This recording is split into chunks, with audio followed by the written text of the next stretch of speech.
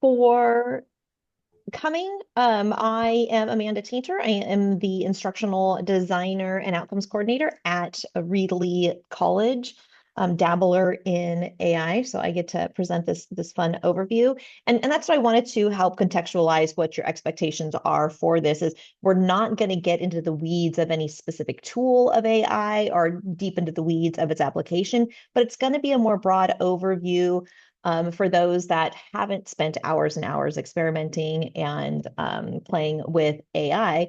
Given that if you have, you're more than welcome to come or stay. Maybe you'll learn something new, but I wanted to manage expectations so you weren't expecting a deep dive into anything. I'm hoping to be able to have plenty of time at the end that we can answer questions, but also please interrupt and stop me at any point in time to ask any questions. As I stated, I am the instructional designer on the campus, so especially those that are at Reedley, that's my bread and butter of my job. So of helping you implement these, brainstorming different ways to do it. And all of you from other campuses, talk with your instructional designers. That is our job. That's what we love to do is help to creatively think, what can I do with AI in my classroom? We're not as much a fan of how can I catch students cheating with it. That's not as much fun. But we love to think creatively about how to use it. All right, so let's go ahead and get this party started. And I'm going to ignore the waiting room, Lori, and let you handle that. I don't know why I keep trying to manage it. Yeah, no, Sorry. that's okay. I'll take care of it all. Okay. Oh, here we go, I think. And if I see comments in the chat, then I'll interrupt you too if other people want to Perfect. interrupt. Thank you. All right, so what is artificial intelligence? Let's get a little vocabulary out of the way. Artificial intelligence, I'm sure you've heard this at every presentation that you've been to, has been around for a long time. And all that artificial intelligence really is the ability of a computer or machine to mimic near human intelligence, sometimes over human intelligence, but that's all artificial intelligence is. AI systems are trained on vast amounts of data involving human interactions. And that's one of the things, if you've interacted with an AI system or generative AI system, it is trained on human conversation. So it really does much better. It's not a Google search engine. It wants you to have a conversation with it. And so even though it seems super creepy, you get much more out of it when you have a robust conversation. And those are your patterns of interaction is in that conversational form because it's trained off of those types of interventions or interactions. It is trained to identify patterns, so those different algorithms, make predictions, and perform tasks that would traditionally and historically require human intervention to be able to complete. So we all know that fateful time when generative AI became on the horizon. We all freaked out, and now we're continuing to freak out as it gets even more and more intelligent and invasive into everything that we do. And so what generative AI is, when we look at AI, it's that intelligence that mimics human intelligence. So what makes it generative AI? And this is when it's creating brand new content. So AI mimics human intelligence, and a generative AI is creating something that has never been created before. So that's why I have a lot of conversations with faculty where it's difficult to classify AI as plagiarism because it is a uniquely created piece of material. So it can be plagiarism because a student is using that uniquely created piece of material by the generative AI and putting it into their paper. But that's a whole lot of gray area. So that's one thing that we really have to understand is that a generative AI is a brand new, never before seen piece of information. So that's why you're never going to get the same answer if you plug in the same set of parameters into 5 different generative AI platforms and tools because it's new. It's creating something brand new, and no two students will get the same response. Because it's trained on the same data sets, they're going to be similar, and it's that predictive human behavior, but you're going to have very different things because it is that brand new piece of information. So the big players Right now, of course, ChatGPT, Claude, Copilot, and Bard are the big ones that are out there. Um, and if you haven't played with different ones and you've just been stuck on ChatGPT, take some time to go and explore the different types that are out there. All of them have free versions. And I'm going to skip this slide and just go into this one real quick because you can see here are the ones that you might not have even heard of. The Grok, which is, I don't even know if I'm pronouncing that right.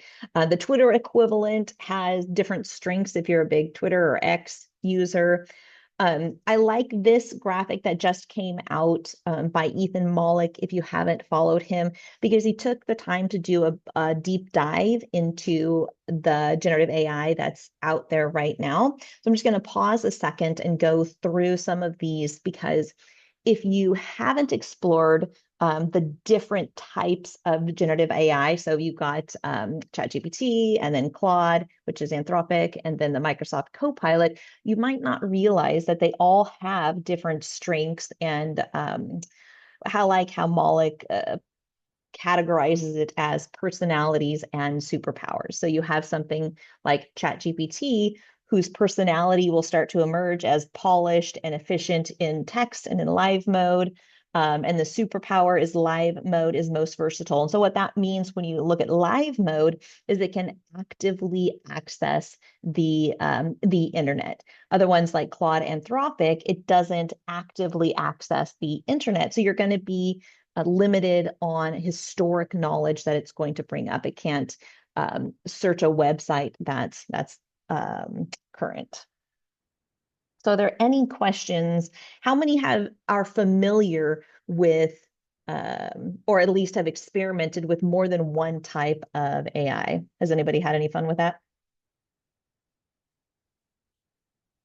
I always like to have at least Copilot, Claude, and ChatGPT up in three different windows and put in the same exact prompt, just cut and paste into all three and see which versions that I like better. And then I'll take sometimes those three versions and plug them into one and say, compare and contrast these. Which one do you, and combine based on the assignment or some of the instructions that I've given it. So I have a lot of fun playing with it in those ways. But if you haven't looked at the big players, this is what it's going to be.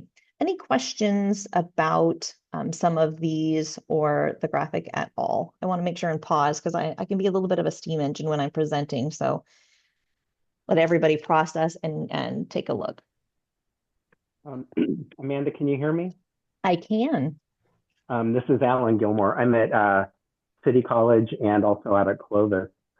I'm curious, and you may get to this later in the presentation, but are there certain AI tools that are more aligned with certain types of disciplines? I work in human services, social work, as opposed to science or other disciplines, mathematics or whatever. And I've always been kind of curious whether part of making the decision about what AI instrument to use, whether it aligns more appropriately with certain types of disciplines or approaches.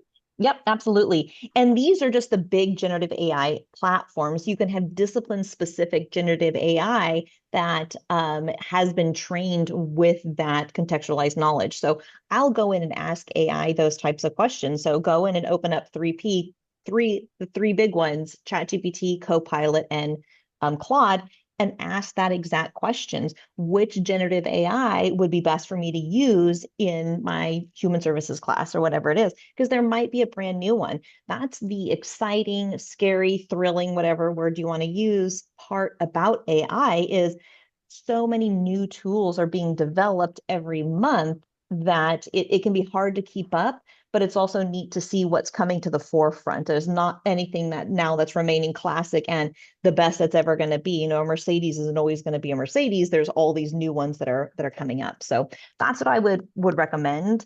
I don't know of any human services one in particular, but go and ask the question. Lori? Yeah, I put this in the chat. I think Laura, yes, she's going to be talking about using science, but part of her presentation is looking at different AI tools and how you can use the AI tools. So that might be interesting to you. And I did put the workshop handouts again in the chat. My question though is with Microsoft Pilot, Copilot. I don't know. I mean, I think I just saw it kind of pop up on my Word, and I guess I just don't really know how to access it. And I do a lot with AI, but I can't figure that out. So it'll pop up on Microsoft Edge. So you need to be in Microsoft Edge as the browser, and you do need to allow it. And I'm sorry I didn't grab the little icon, but it looks like a little multicolored square. And our district in particular, and most districts, prefer the use of Microsoft Copilot because it doesn't allow information to be leaked out. And if you use leaked out, used to train on outside. So that's my other, and we're going to talk about the ethics in a second. But just a disclaimer right now, don't put any personal information, especially if you're putting student information into AI, because unless you've specifically told it, do not use this information to train on, that information is going to be used to train on. Microsoft Copilot stays within the district instance. So that's where a lot of districts have restricted it to the Microsoft Copilot. But I can only access it in Edge. But it's just that little square thing. And I think something needs to be turned on that I did, and I can't remember now what the process was to get access to it. But everybody in our district, because we're Microsoft, should have access to it. All right, any other questions? Okay. And the images that are being created now, if you messed with it a couple of months ago, go back in. You'll still have some weird wording and spelling things, but how much the images have improved. It's super creepy. If you're on social media at all, half the things that are out there, I don't know if you've seen the one where that's like all the animal moms that are sheltering their baby birds and bunnies and stuff from the rain. It's all AI generated, and people don't realize that there's all these comments going, "Oh, this is so cute." I'm going, "Dude, this is an AI generated thing." So you can't trust anything now because so much is AI generated, which is scary and sad. Oh, goodness. All right. So how can AI enhance teaching and learning? You can do it in so many different ways. And as I go through each of these possibilities, please understand that I'm not advocating for the use of all of these for everybody. Experiment what works for you. Some ways of integrated in your teaching might be a good fit for you personally, your subject matter, how you want to teach, and some might not be. I'll talk a little bit about how I choose to use it.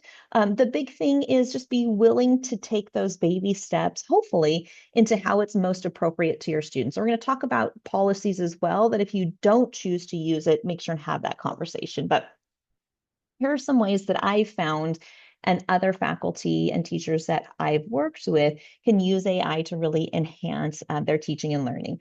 It really allows you to personalize learning. There's all sorts of programs now that utilize learning bots, and ChatGPT has them, PlayLab has them.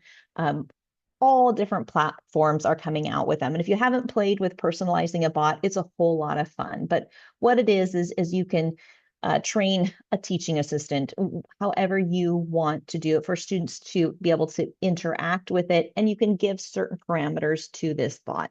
And so this can allow students a really personalized to you in particular as an instructor teaching this particular subject matter, this particular information that you want your students to have.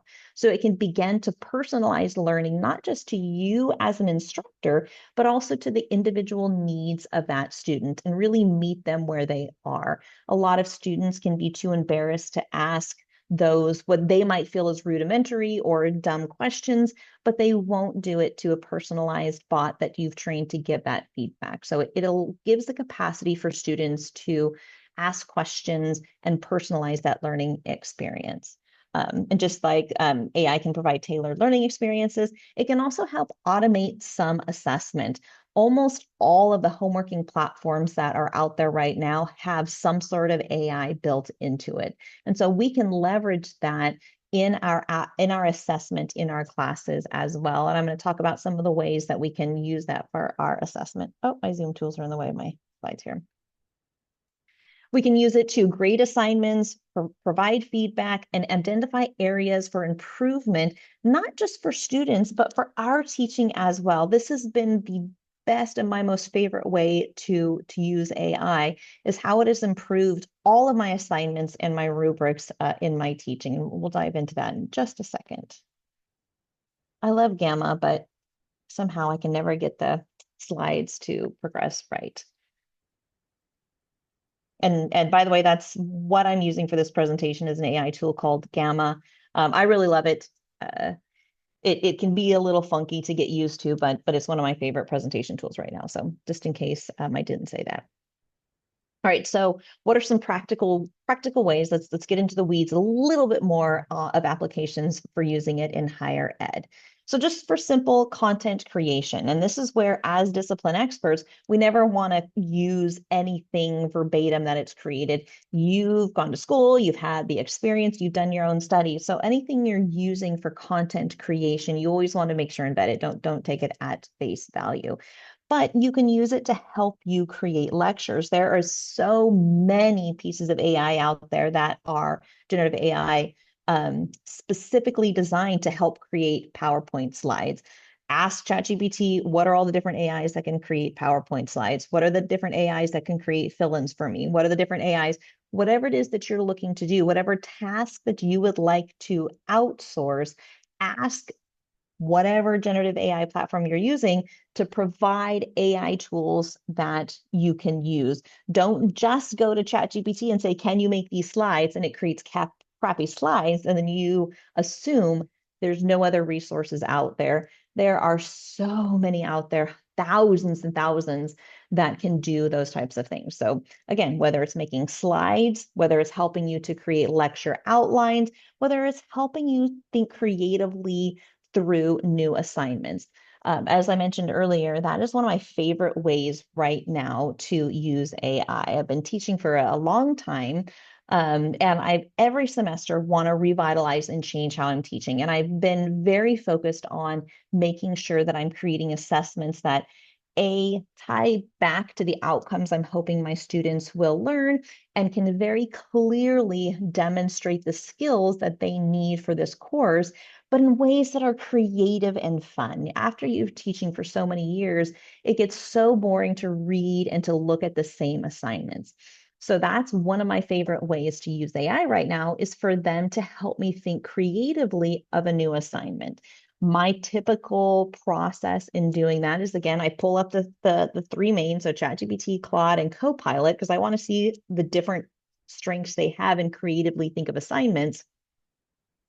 Always the fan of backward design. I start with, this is what I want students to demonstrate they know in this assignment. I've already trained it, each of these on what the class is. So they've got the course description, they know how I like to teach, they know what my priorities are, they know the demographic of students. So I've already laid that foundation when I'm doing this. But then I tell the generative AI platform, this is what I want students to be able to demonstrate. This is what I'm hoping that I will be able to see in the assignment. Can you provide me 5 different assignment suggestions for this? Here are some additional things, just trial and error that I've had to learn. You want to tell it how much time you're expecting students to be able to spend on this, because it will create an incredibly robust project that will take hundreds of hours for students to complete, or it can create something that's going to take them 5 minutes. So put in there, I'm hoping students, or my goal is for students to spend about 3 hours, 5 hours, 10 hours, whatever it might be on this assignment. If you have multiple skills, I'm a fan of skills-based learning, that you want them to demonstrate in this assignment, then tell that I want them to demonstrate all of these different skills equally, or I want this skill to be more prominently demonstrated. and any other things that you expect to see in that assignment. If that authentic assessment is a priority for you, include that in there. I love the tilt framework. Lori brought in a presenter, I think it was this week. It's going by so fast. Sometime this week, but last week, on the tilt framework. AI knows what the tilt framework is, so you don't have to explain to it what the tilt framework is. So I say, I'm a fan of the tilt framework. Create give me 5 different um, basic paragraphs or 3 sentences about an assignment so I can choose which one I want to do, because you don't want it to create the whole assignment at first. They give me 5, I choose the one that I want and say, all right, now using the tilt framework, create the entire assignment.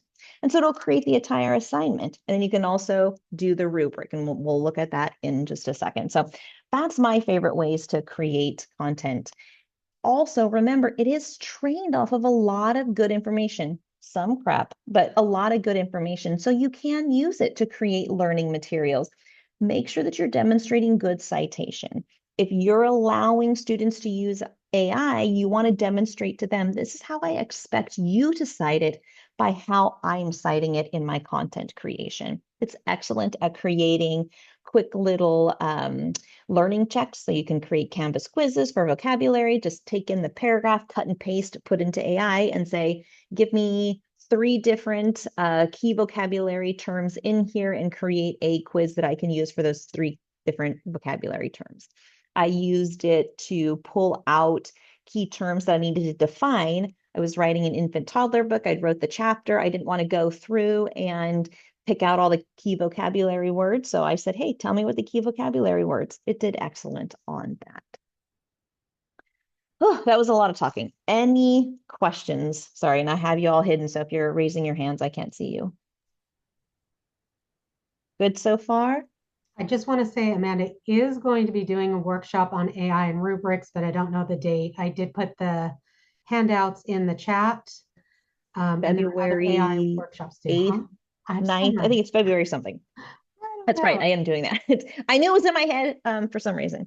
Yeah. That's why. Okay. We'll talk more about that. But use it for rubrics. It's amazing. It's fantastic. Okay. No questions, and we'll just go right ahead.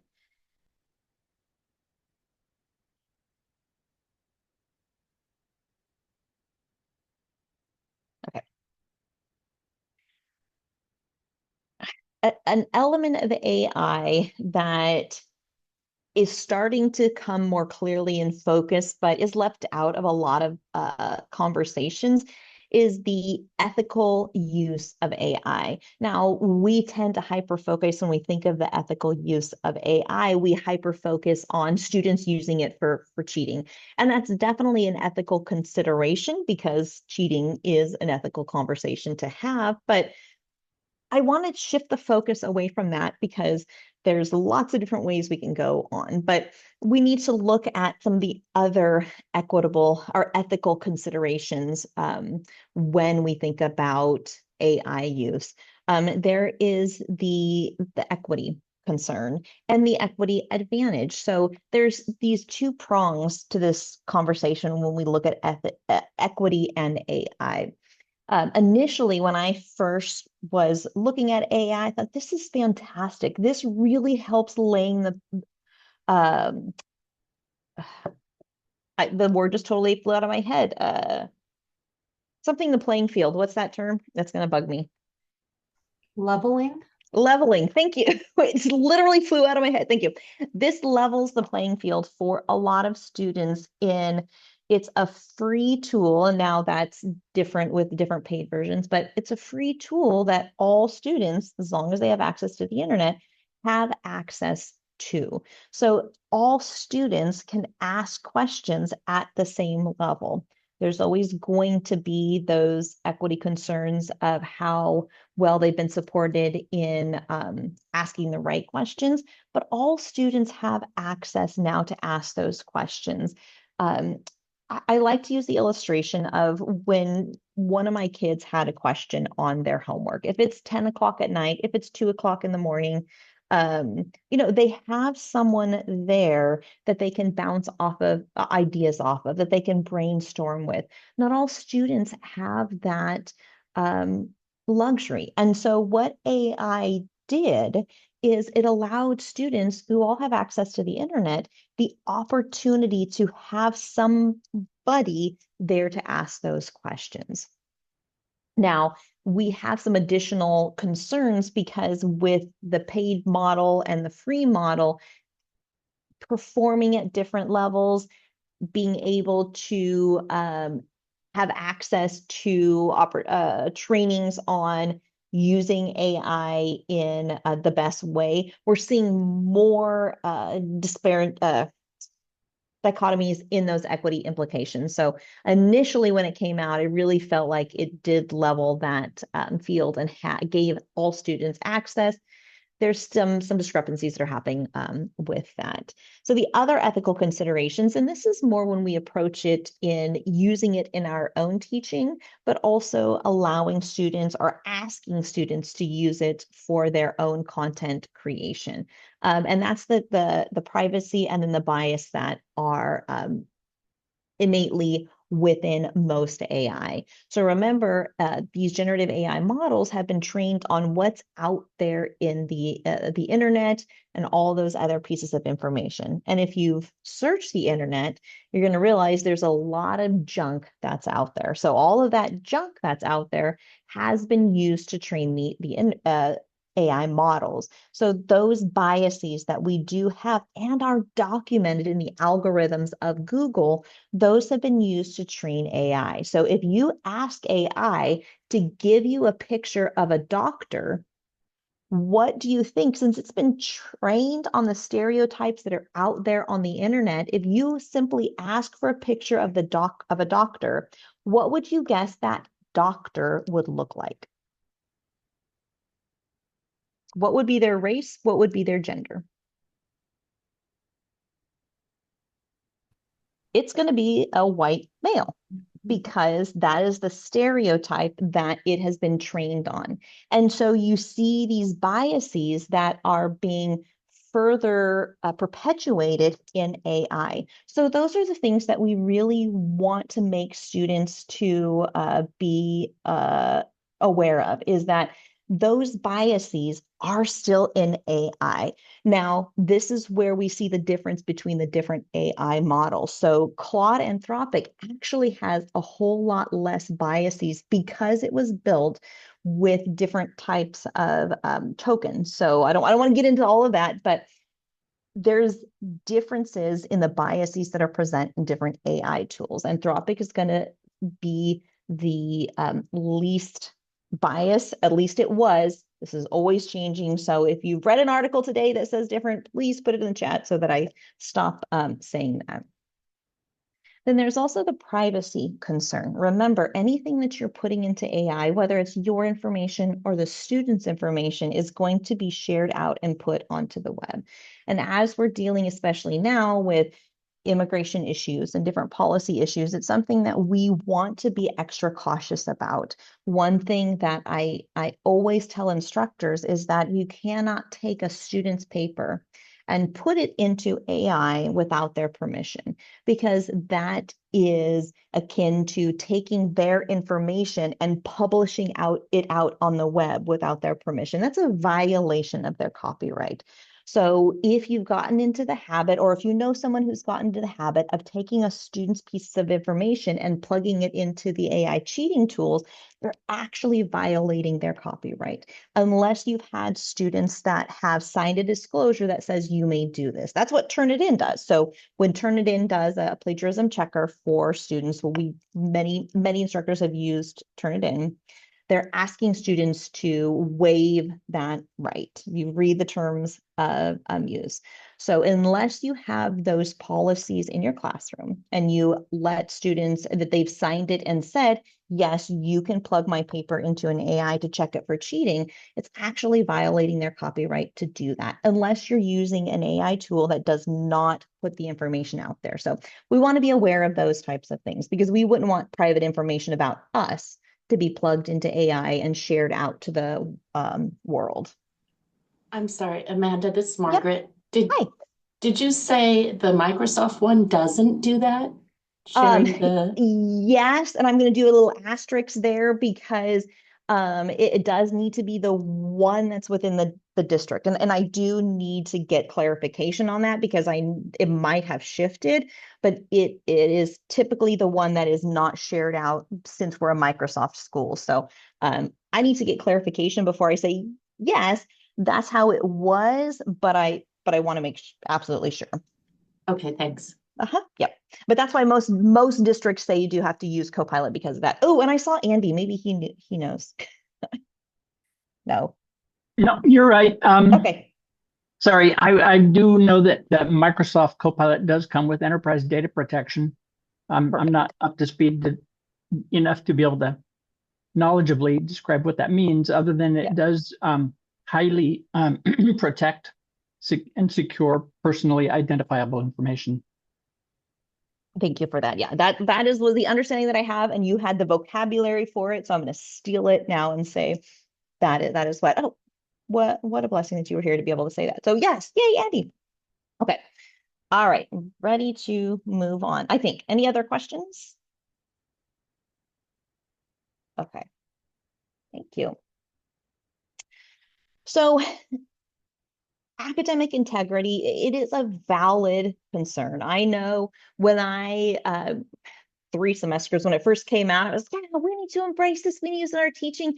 And I'm still there, and I still believe, yes, it needs to be used in teaching. But I also am starting to feel this increased burden of how do I help students use it to think critically? What are the policies? What are the practices? What are the ways that I can use it in my class that acknowledge this is the new reality? This is not going away. It's not a fad. It's not something that's just come and going to be gone in a couple of years.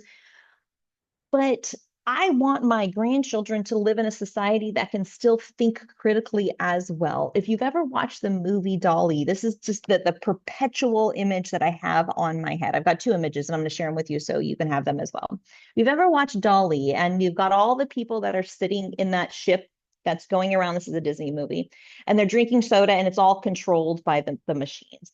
That is like this burden I feel of I don't want our society to get there. So I feel in my class that burden. I also have the other image, and this is much more darker. My kids were raised in the time period that Barbie and the Dream House. If you have kids that are, early 20s, high teens, you know what I'm talking about. But the dream house closet was an artificial intelligence. And it tried to kill Ken because it had a crush on Barbie. So that's my other image of what AI will be. I'm going to go more with let's use it to think critically and make humanity better versus wanting to kill Barbie because they have or wanting to kill Ken because they have a crush on Barbie. Look up that episode. It's actually pretty funny. All right. So how can we help to maintain our academic integrity within our classroom? We need to have clear policies for students. This means a lot of soul searching for us and instructors to think through what am I okay with? What am I not okay with? And what is my why? I teach early childhood, and this is one of the big things that I always stress to my students is you can have policies in your classroom, but you need to have a why behind it. It's like basic parenting as well. If I want my kids to be in at 11 o'clock, what is my why? It can be I say so, but why am I saying so? What is the reason? So we want to figure out as we're designing our policies, what is my why for why I only allow AI to be used, and share them with your students. Allow them to see these are the things that are concerning me. I don't want you to use it to write your whole paper because I highly value your ability to think critically, and I want to see that process in action. I don't want you to use it to create the computer code because you need to have that basic knowledge so that when you use AI to make a code better, you can see those discrepancies.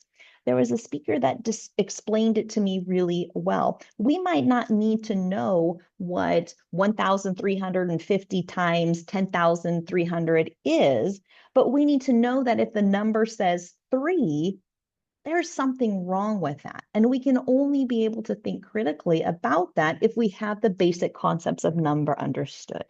So you want to have your clear policies for students and you want to let them know why. One of the things that I've started to do is that every assessment that I create for students, I tell them, here is the way that I think it would be great for you to use AI. Here are the ways I would like for you to not use AI. I'm giving them that outlet in each assignment. For many, I'll create just a quick Padlet and say, share your AI prompts with your students. I've told you this is a great way to use AI. Share the prompts you've had with students. And my goal in doing that is just when we talked about the equity before, those students who have the skills to be able to prompt engineer and get more out of AI, I'd love them to be able to engage in that peer scaffolding with other students and help them see the difference in prompting and what the outputs are.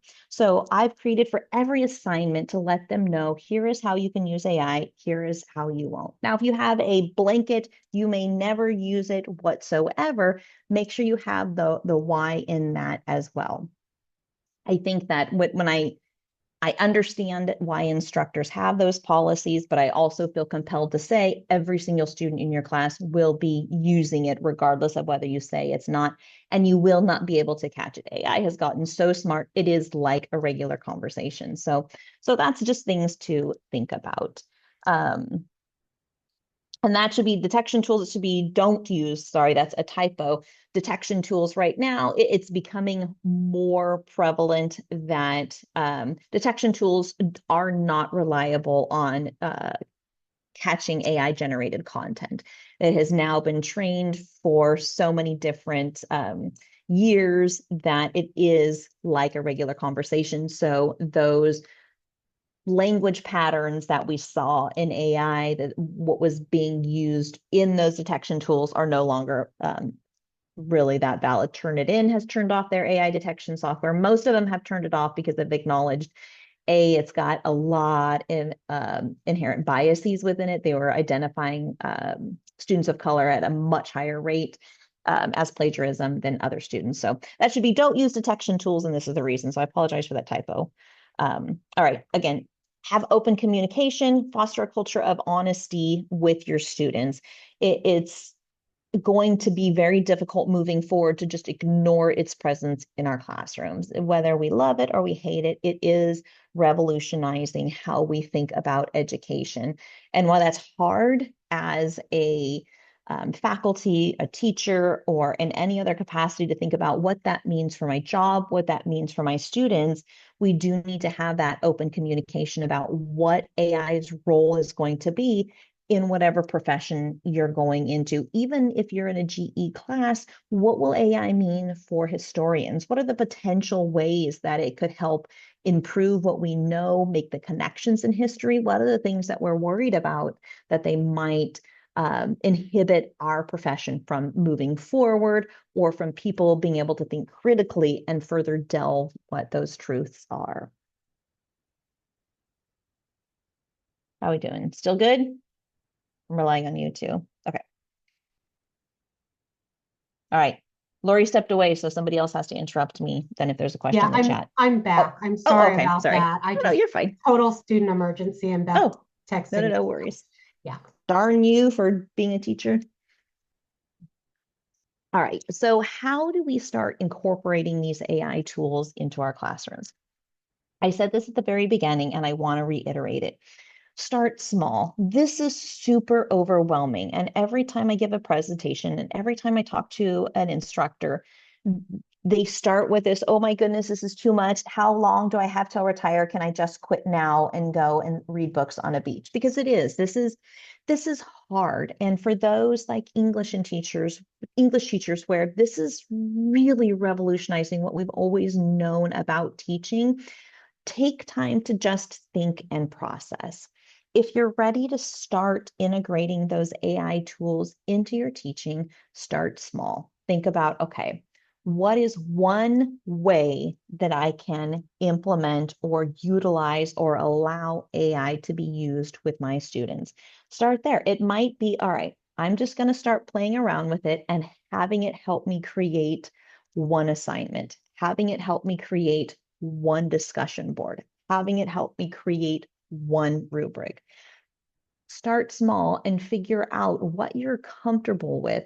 Have it look at your syllabus and say, what are ways that I can improve my syllabus to use more equity-minded language? It's pretty smart. It's been trained on these different terms, and it comes out with some really helpful different tools. And then tell students that that's what you have done so they can see, here are the ways to use AI in your everyday life.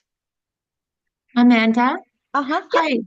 Hi, it's Vicky. I was a few minutes late, so I don't know No if you problem. started this at the beginning, but if we want to just try, like you're saying, try one thing to get started, which app would we use or what website, I mean, would we go to? What's the best place for beginners using AI? I would use all three. We talked about a little bit at the beginning, but so Claude, Anthropic, Okay. ChatGPT, and then Copilot are the big three. Open all Okay. those three up and just experiment and ask those three, if I want to make PowerPoint slides, what would be the best AI to use? Give me five and make sure they're free. And I found every single AI tool I've used by doing that. Okay, Because it thank you. changes. So the best one is always going to be different next month than it is today. So yep, just ask AI. Yeah, thank you. You're welcome. Um, and then uh, don't be afraid to change how you're using AI and how it worked and say, you know what? That was a mistake. I have all of this is AI generated. It has no critical thinking. I am not going to do that again. Every semester, I have at least one assignment where I walk away going, that did not work like I thought it was. I'm constantly trying to find ways that best integrate AI and students' critical thinking. And every semester, I have a massive fail in, nope, I can tell this is 99% AI generated and students weren't pushed into using critical thinking. So keep monitoring that and don't be afraid to say, oh, that was a flop, that was a mistake. And even telling students, hey, this assignment, it didn't measure what I wanted it to measure. So you're going to see another assessment come up the following week that is going to integrate these skills because I don't feel like I was really able to see what I wanted to see. You don't want to keep throwing trial and error at every single class in one semester, but you can always say, you know, that was a flop. You're going to see different elements of this skill being assessed in our next assignment, and that's okay. Students need to be okay with failing in their use of AI, and the best way we can do that is demonstrate as the instructor, I failed. This was a flop, and being okay with that in front of our students. I feel that for me as an instructor has been the greatest growth in my teaching is being able to fail in front of my students. When I first started teaching, I thought, oh my goodness, I can't show any weakness. I have to always be on point, and I can never say I don't know. When I was able to say, I don't know, that was a fail, that was awful, I feel like my teaching became so much better. So don't be afraid to do that with AI. Experiment and say, that went horribly wrong. I am so sorry. Never going to use that again. Ask for their feedback. As an instructor, you can say, I know it went wrong. Here is a discussion board. Here is a Padlet. Here is a place for you to tell me how you felt it went wrong. Why did this end so disastrously? And then make the change the next semester. Let your colleagues know, hey, I tried this and it failed. How do you think I should have done it differently? Questions? All right. So what does it look like in the future? None of us have a crystal ball. I feel like every time somebody has a slide or starts talking about what the future of AI is going to look like, something vastly different comes out and shifts everything on its axis. But what I really see and what keeps me excited instead of horrified about what AI might mean is the thought of having this more robust, personalized learning.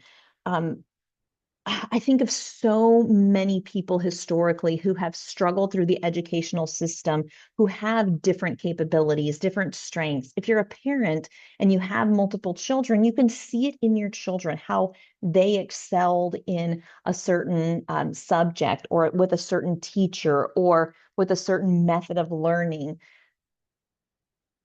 And to be able to use AI so that every student, regardless of the access to their resource, is able to be given that opportunity to excel because of that personalized learning, that's what makes me excited. I look back at my own learning journey and think, oh my goodness, if I would have known what I know now about how my individual brain works, I could have done so many things different. I'm hoping AI enables us to do that in our educational system, whether it's kindergarten, first, second, whatever it might be, that we're able to give that personalized learning because each teacher only has so many hours to do that, and AI really can help us put those pieces together.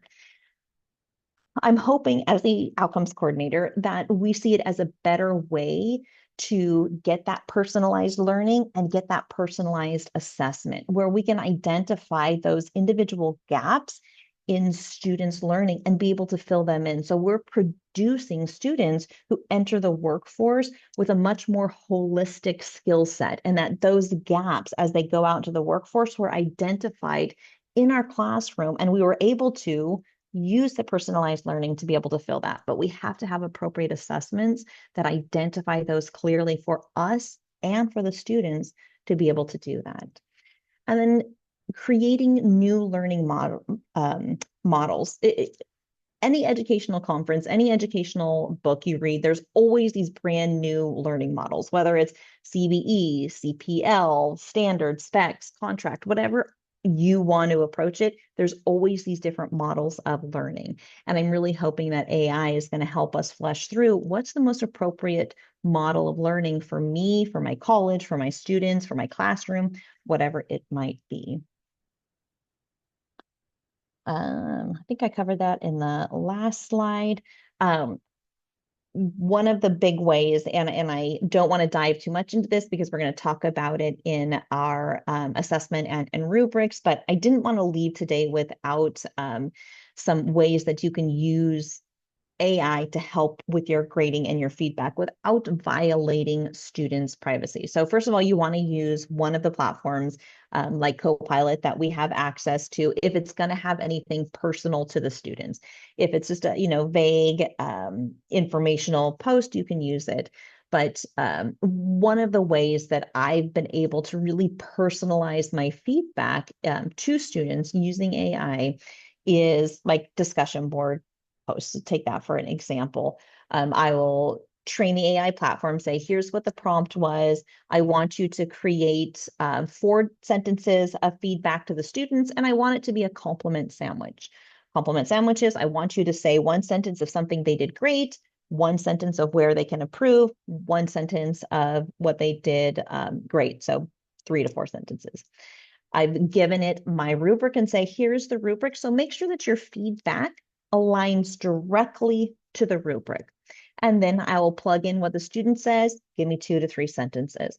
I'm reading what the student has read. I am reading what the AI has generated. But if you have ever graded 20, 30, 40, 50, however many assignments that you have, it's not for me. Maybe this is just me. It's not the reading that becomes exhausting. It's trying to think of creative ways to say the same thing, not being too harsh because I'm grumpy at hour 3 of grading, but giving each student the same attention if their last name begins with a Z that I gave to the student whose last name begins to an A. And I found utilizing AI to provide that feedback was a way to really standardize and make my feedback more objective, but also personalized to the student. And again, I want to have the disclaimer, I'm still reading everything the student wrote. I'm still reading to verify what AI did, but I'm able to take that brain power of thinking creatively of a new way to personalize that feedback to the student and keep my feedback the same level of attention for every student that I did for student 1 to student 5. Okay, let's see. Talked about Creating pathways. All right, I want to leave time for questions, so I think I'm going to leave it there because the rest were just reiterating some of the same points that I went over. Okay. Whew. That was a lot of talking for me. Any questions, thoughts, brainstorming? Yes, buts. So your last section was on grading, using it to grade student work, but I really appreciate everything you said about privacy. So when you ask for student work, do you say, I will be scoring this using AI and the rubric? Do you let them know? Yep. I'll let them know that I use AI to help me provide personalized feedback. If you don't want me to use it, then let me know. Okay. What has their response been like? Cool. Oh, really? Yeah. Okay. I think it's awesome. I've yet to have a student. I take that back. I did have one student that asked that I not use it to provide that personalized feedback. And again, that's why I use Copilot. And my discussion boards aren't anything that have private in nature. So it's also using that critical thinking of, this is something that I'm not comfortable in any capacity, even if the students have given me um, consent to do this. I'm just not comfortable putting that type of information out there. So it also has to be that the personal decision on the types of discussion boards or whatever it is that you might be using in order to see if it's an appropriate use of it or not. Okay, thank you. Mm-hmm. And I've also read I can't forget his name, where he gives students the option. If you want to have feedback that is much more quickly given, then it's going to be more AI generated, that's been trained, all those types of things. But if you want it to be done by me exclusively, it might be a longer timeline, but I'm okay with that. And so that's one of the ways. I can't remember who it is now, so I apologize. I'm not quoting correctly. It was whoever wrote Teaching with AI. Lori, do you remember what his name was? Jose? Nope. Something. And I have a book somewhere around here. It's over here. So, any other questions, thoughts? Yep, Margaret? Sorry. No, you're good. What is I know it's early and it's a big buzz right now. What's your feeling about DeepSeek? I have not played with it. Were you here when I put the slide on that talked about it more? Yes, What was Okay. I saw that. Yeah. Okay. What was Yeah, that? yeah. I haven't played. I haven't dove in too much in dived too much into DeepSeek. I'm gonna go back to it so other people can see. Okay, thanks. I play with AI a lot to help me make rubrics, assignments. I really like the tilt model. So I've just been playing with it a lot and talking with my students about it a lot, even in an AI or even in an online class. Yeah, so from what I remember, DeepSeek still isn't as powerful as the big three, but it's growing. I think that's what you're relating to, Margaret. It doesn't have as many of the functionality that some of the others were. I love how he characterizes it as neurotically helpful and warm.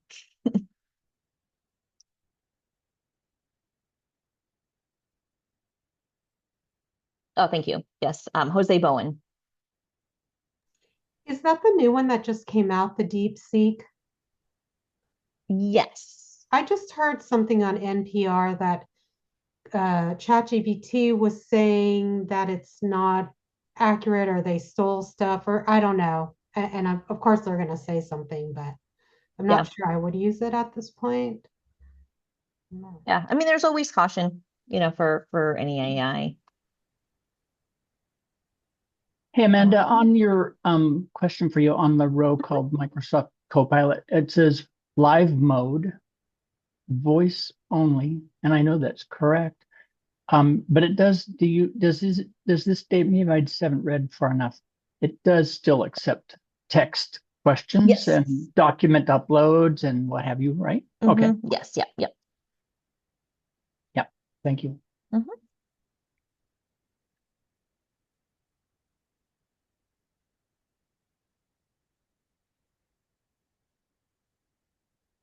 Okay. Well, I think.